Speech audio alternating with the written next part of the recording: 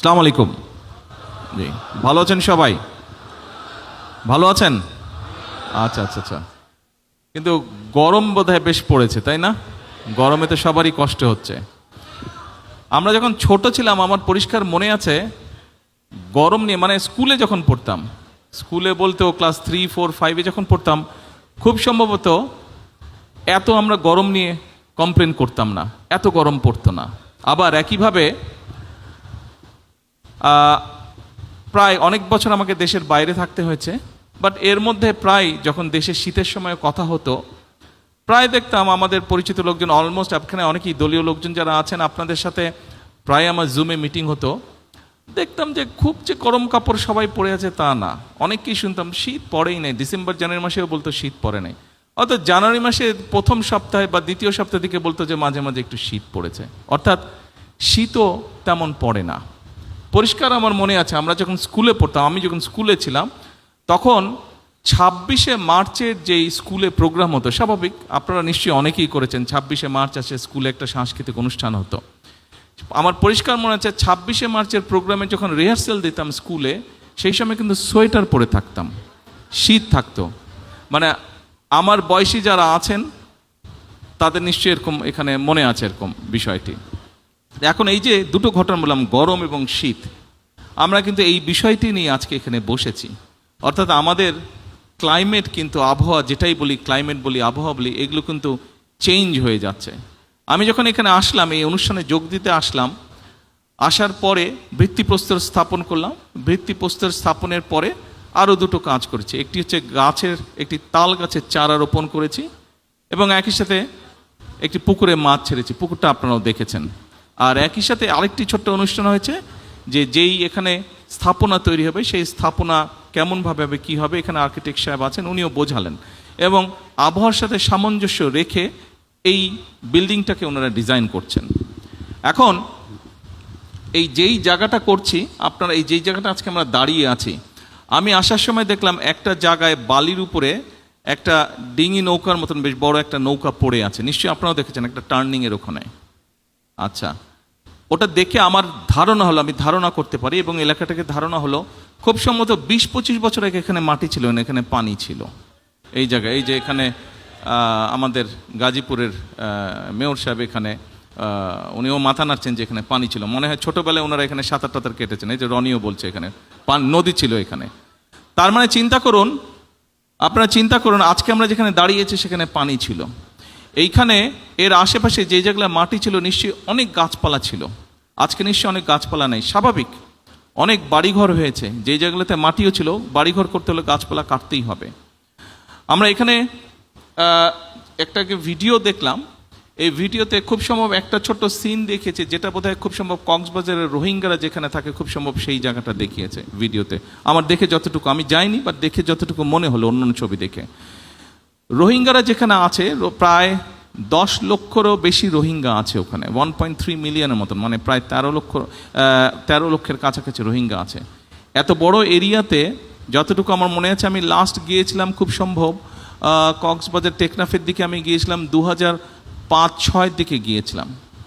তার আগে যখন গিয়েছিলাম, তখন আমি দেখছিলাম যেই জায়গাগুলো গাছে ভরা ছিল, সেই জায়গাগুলো স্বাভাবিকভাবে রোহিঙ্গাদের বাসস্থান তৈরি করা হয়েছে, অর্থাৎ হাজার হাজার গাছ কেটে ফেলা হয়েছে। কিছুদিন আগে আমি হঠাৎ করে একদিন সকালে পত্রিকায় দেখলাম যে কক্সবাজার থেকে বিচের পাশ দিয়ে একদম উখিয়া পর্যন্ত একটা রাস্তা করা হচ্ছে, একটা বিচ রোড করা হচ্ছে, এবং যে কোনো কারণেই হোক, রোডের ডিজাইনের কারণে প্রায় 3000 গাছ কেটে ফেলতে হবে। তো দেখার পরে আমি তারপরে এইটার দায়িত্বে যেই মন্ত্রী আছেন, ওনাকে আমি ফোন করে নিউজটা আমি ওনাকে পাঠিয়ে আমি বললাম যে ওদের সাথে কথা বলেন, ডিজাইনটাকে একটু চেঞ্জ করা যদি সম্ভব হয় ভালো হয়, এই গাছ কাটা যাবে না। কি করবে না করবে সেটা তারা ডিসাইড করুক, ইঞ্জিনিয়াররা তারা ডিসাইড করুক, কিন্তু এই গাছ কাটা যাবে না। সম্মানিত উপস্থিতিবৃন্দ, দুর্যোগ আসবে, প্রকৃতির দুর্যোগ, প্রাকৃতিক দুর্যোগ আমরা যেটাই যেভাবে বলি আসবে, আমরা সেটাকে কিন্তু বন্ধ করতে পারবো না, সেটাকে নিয়ন্ত্রণ করার ক্ষমতা আমাদের নেই। কিন্তু এই যে আমি কয়েকটা কথা বললাম, এখানে বেশ কয়েকটি কথা আছে। অর্থাৎ আজকে কেন এই জায়গাটা যেখানে পানি ছিল এখানে মাটি ভরতে হলো, এখানে অফিস আদালত হচ্ছে, স্কুল কলেজ হচ্ছে, হাসপাতাল হচ্ছে, বাসস্থান তৈরি হচ্ছে, অর্থাৎ আমাদের জনসংখ্যা বাড়ছে। আমাদের জনসংখ্যা বাড়ছে। এই জনসংখ্যা একদিকে যেমন বাড়ছে, তাদের বাসস্থানের প্রয়োজন। আরেকটা জিনিস খেয়াল করে দেখবেন খুবই জরুরি, সেটি হচ্ছে বাসস্থান তৈরির সাথে সাথে মানুষের স্কুল কলেজ সব কিছু তৈরি হওয়ার সাথে সাথে কিন্তু ফসলি জমির পরিমাণও করছে। বাংলাদেশ একটি জনবহুল দেশ, যেমন দুর্যোগ প্রবণ একটি এলাকা, ঠিক একইভাবে একটি জনবহুল দেশ। কাজে আমাদেরকে অল্প একটু দুর্যোগ হলেই কিন্তু মানুষ ক্ষতিগ্রস্ত হয়, অল্প একটু দুর্যোগ হলেই কিন্তু আমাদের ফসল হানি হয়, আমাদের গবাদি পশু নষ্ট হয়। সেই জন্য আজকের এই অনুষ্ঠানটির মূল যে লক্ষ্য বা বিষয়টি, সেটি হচ্ছে আমার ধারণা দুটি।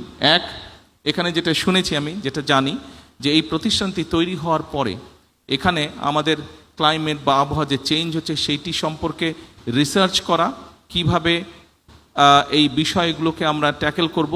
অ্যাট দ্য সেম টাইম সেটি ভূমিকম্প হোক, সেটি অন্য জলোচ্ছ্বাস হোক, যেটি হোক, সেখান থেকে আমরা কিভাবে আমাদের সম্পদ এবং মানুষকে আমরা রক্ষা করব। যারা কাজ করবে এই কাজে তাদেরকেও ট্রেনিং দেওয়া হবে, তাই তো, তাদেরকেও ট্রেনিং দেওয়া হবে। এখন এই যে ট্রেনিং দেওয়া হবে, 20 কোটি মানুষের মধ্যে আপনি কতজনকে ট্রেনিং দিতে পারবেন? আমি কিছুদিন আগে ভূমিকম্পের বিষয়, বাংলাদেশে গত কয়েক মাসে বেশ অনেকগুলো ভূমিকম্প হয়েছে। আলহামদুলিল্লাহ, আল্লাহর রহমত যে ভূমিকম্প এমন পর্যায়ে যায়নি যেখানে প্রাণহানি ঘটতে পারে। কিছু ইনজুরি হয়েছে, ছোটোখাটো হয়তো হয়েছে, কিন্তু ম্যাসিভ আকারে কিছু নেই। আল্লাহর কাছে হাজারো লক্ষ কোটি শুকরিয়া। এই যে ভূমিকম্প হচ্ছে, এটির একটি অন্যতম কারণ হচ্ছে গুলশান এলাকায়, ক্যান্টনমেন্ট এলাকায়, এই যে এলাকাটি, এখানে আমার পরিষ্কার মনে আছে, ছোটবেলায় দেখেছি যে 50 ফিট গেলে, 50 ফিটও যাওয়া লাগতো না, 20-25 ফিট গেলেই বা 15 ফিট গেলেই পানি বের হতো। এখন আমি শুনেছি সেখানে প্রায় 600-700 ফিট নিচে যেতে হয় পানি পাওয়ার জন্য। এবং এটি আপনারা এখানে অনেকেই আছেন হয়তো কম বেশি ডাইরেক্টলি না হলে ইনডাইরেক্টলি কৃষিকাজের সাথে জড়িত, আপনারা এই খবরটা আপনারা জানেন। 20 কোটি লোকের ফসল উৎপাদনের জন্য আমাদের কৃষকরা সারা বাংলাদেশে তারা এই যে গভীর নলকূপের মাধ্যমে পানি টেনে তুলছে। তার ফলে যেটি হচ্ছে, নিচে থেকে আস্তে আস্তে শূন্য হয়ে যাচ্ছে।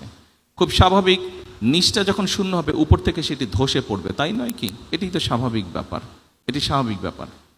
আপনি নিশ্চয়ই জানেন এবং সকলে খেয়াল করেছেন, সকলে শুনেছেন, অনেকবার শুনেছেন। আমরা আমাদের নির্বাচনী যে ম্যানিফেস্টো ছিল, নির্বাচনী যে মিটিং ছিল, বিভিন্ন বিষয় ছিল, সেখানে আমরা উল্লেখ করেছি যে আমরা খাল খনন কর্মসূচি শুরু করব। আমরা সরকার গঠন করেছি আলহামদুলিল্লাহ, এবং আমরা আমাদের সেই প্রতিষ্ঠিত খাল খনন কর্মসূচি শুরু করেছি। 2-3 দিন আগে একজন সাংবাদিক এক জায়গায় বলছে বিএনপি খাল খনন কর্মসূচি শুরু করেছে, এটি তাদের একটি রাজনৈতিক প্রোগ্রাম, এই কোথাও কোনো হিসাব নেই, কিছু না, এটা করতে হবে বলে করেছে। তা আমি খুব শ্রদ্ধার সঙ্গে ওনাকে বলতে চাই, বিষয়টি আসলে তা নয়। এই খাল খনন কর্মসূচির সাথে মানুষের জীবন ওতপ্রোতভাবে জড়িত, এই খাল খননের সাথে কৃষি জড়িত, এই খাল খনন কর্মসূচির সাথে এই ভূমিকম্প পর্যন্ত জড়িত। সম্মানিত উপস্থিতিবৃন্দ, আমরা গত 20 বছরে যে পরিমাণ পানি নিচে থেকে টেনে উপরে তুলেছি, আমাদের ব্যবহার করেছি, এই পরিমাণ পানি যদি আজকে থেকে, বিশেষ করে বর্ষার সময় যে অতিরিক্ত পানি আসে, সেটিকে যদি আমরা ছড়িয়েও দেই, মিনিমাম 20 বছর আরও লাগবে সেই যে শূন্যস্থান পূরণ হতে, অর্থাৎ মোটামুটিভাবে রিচার্জ হতে 20 বছর সময় লাগবে। 20 বছরে আপনার জনসংখ্যা আরও বাড়বে, আপনার খাদ্য উৎপাদন আরও আমাদেরকে বাড়াতে হবে।